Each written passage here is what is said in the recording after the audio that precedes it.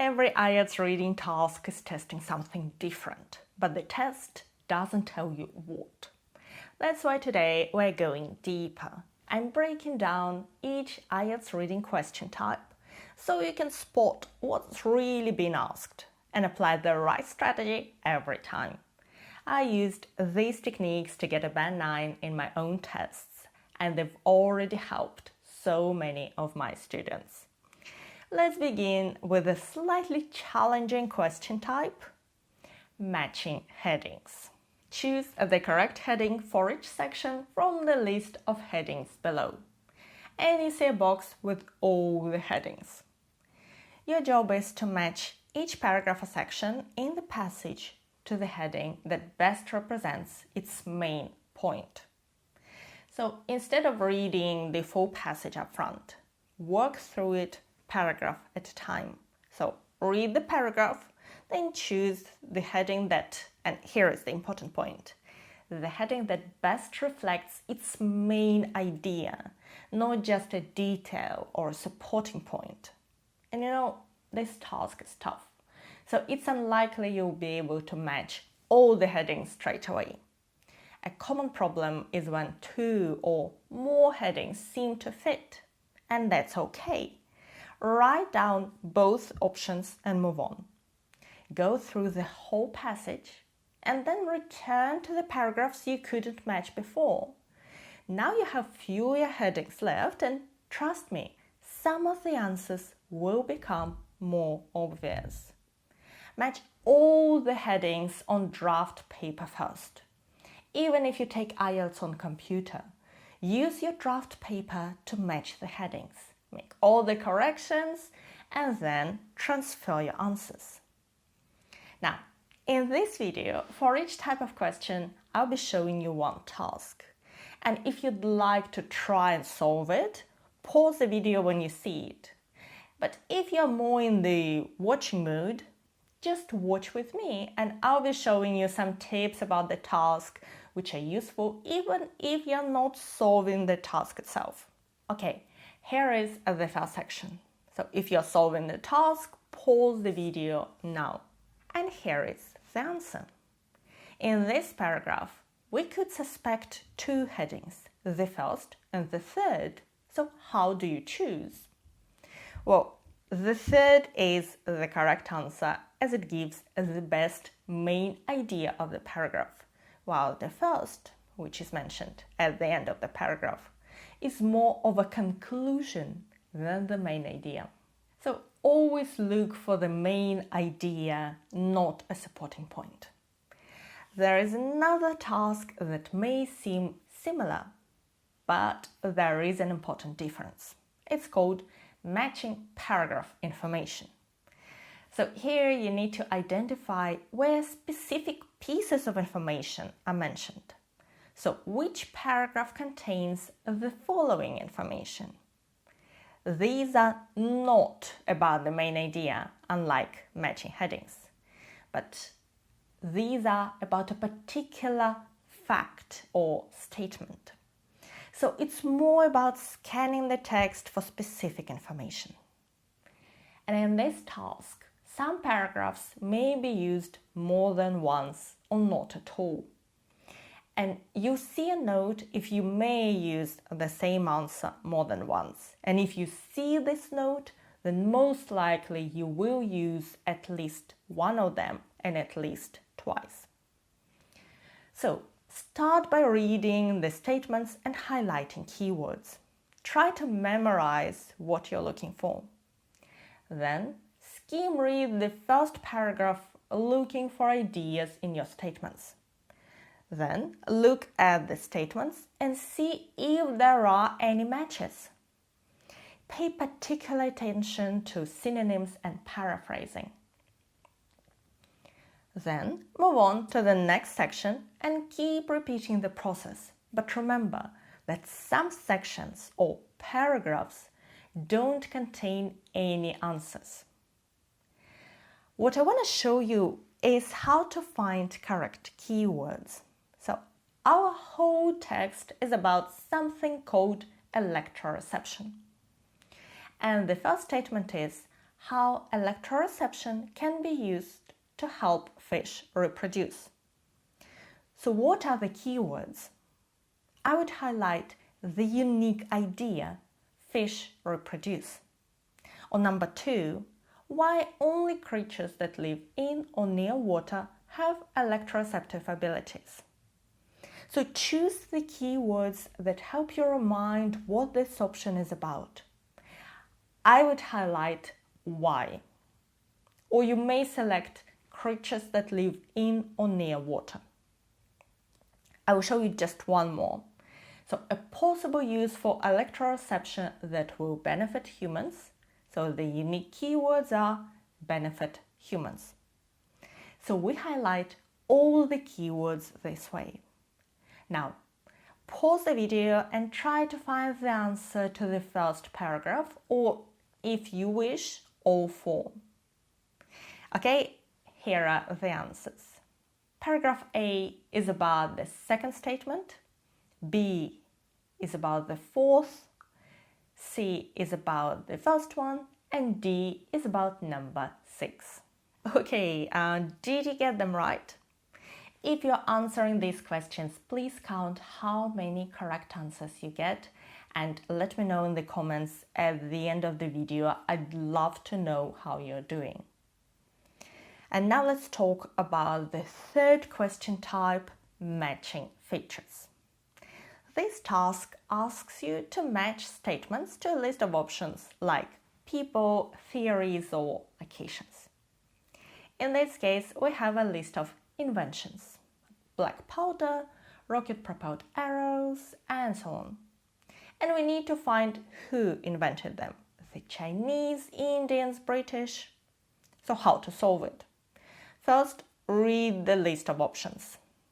Then, read all the statements, and if they're long, highlight keywords. Next, start skimming the passage. And highlight the keywords in the passage as you read, both from the options and the statements. Once you find an option, read carefully and make sure the full idea or opinion matches the question, not just the name or one word. And look for synonyms and paraphrasing. You may find some keywords, for example, surnames. But for the rest of the idea, the words will usually be paraphrased. So the same idea will be expressed slightly differently in the passage. Focus on the meaning. Okay, in our task, I've highlighted the inventions and the inventors. And as you can see, there are quite a lot of mentions, and you do need to read carefully. If you want to solve it, pause the video now. As for the answers, we have 2, 7A and 8A. The last type of matching tasks is matching sentence endings, and there is one thing that differs it from other matching tasks. So in matching sentence endings, you are completing a sentence by choosing from a list of possible endings. We have the sentences from 14 to 18 and the endings A, B, C, D. Before you begin, read all the sentence beginnings and all the endings. The beginnings often give the topic, which helps you locate the relevant section in the text. Unlike other matching tasks, these questions do follow the order of the text, which means that you find your answer to the first sentence, then to the second, to the third, and so on. Once you read the task, go back to the passage and start matching. So make sure each completed sentence is grammatically and logically correct. Wrong answers often sound fine, but the meaning is wrong. Right now, you can pause the video to solve the task, and I'd like to show you something. So we read all the beginnings and endings, and we know that the beginning of each sentence helps us locate the answer in the text, and they come in order. So we're looking for information about question number 14, bids to become a host city. So I found that in the second paragraph. Next, number 15. So that's in green in the next paragraph. And answer to number 16 is in yellow. As you can see, answers come in order, but you need to read quite a lot to find them. Okay, ready to hear the answers? 14 E, 15 J, 16 I. How are you doing? The next type of task is true, false, not given. These questions test whether a statement agrees with factual information in the passage, contradicts it, goes against it, or there is simply not enough information to say if this statement is true or false. It may not always be easy to really understand what these options mean. So I know a simple exercise that can help you understand that. And if you get it right, it will help you answer more real questions accurately. Let's play. The fact is, the factory produces white and black cars. Now, say if the statements are true, false, or not given. The first one is, our factory manufactures cars of 2 colors. So, true, false, not given. White and black are indeed 2 colors, so the statement is true. Next, dark cars are manufactured at our factory. So this one doesn't claim anything about white cars not being produced. It just tells us something about dark cars, and black cars are dark, so it's true. Next, the factory only produces white cars. So there is a direct contradiction because we know that the factory also makes black cars. So it's false. The factory is planning to expand its color range. What do you think? We have no information about future plans, so we can't say if it's true or false because it's not given.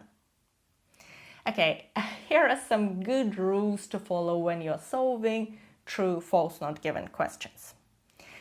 So these questions follow the passage order. You can read the first statement, start reading your passage until you find the answer, then read the next statement, resume reading the passage until you find your answer, and so on. Actually, many of the questions I'll be talking about further in this video also come in order. So, statements in true, false, not given are usually paraphrased, just like in many other tasks. Don't look for the same words, look for the same idea expressed differently. And remember this, the devil is in the details. So take it slowly. Read the statement carefully. Read the sentence or sentences in the passage which contain the answer. And then decide. Don't let your brain jump to conclusions. Check the whole question. Either the meaning should be the same or very similar, or there should be a direct contradiction, very clear. And if you can find neither, it's probably not given. And if you just can't find your answer, maybe it's not given either. Now, let's have a look at our task. So the questions come in order. Number 19 is in blue, then 20 in green, and 21 in yellow. Go ahead, pause the video and find the answers. By the way, I highly encourage you to try number 20.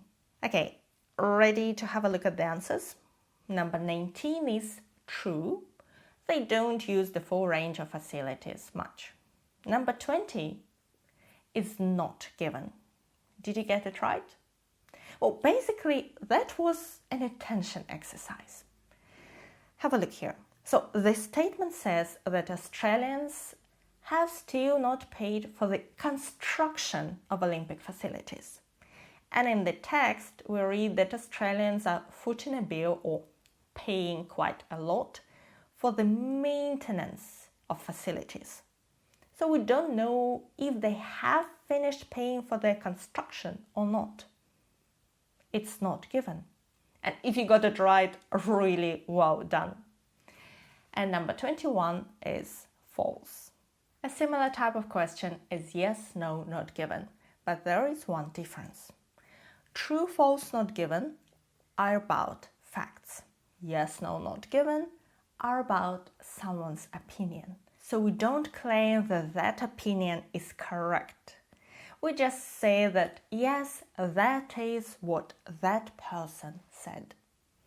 And these questions are usually used in the third section of the test, and you need to read more to find each answer than with true, false, not given questions. So with yes, no, not given, you need to read several sentences or sometimes a whole paragraph.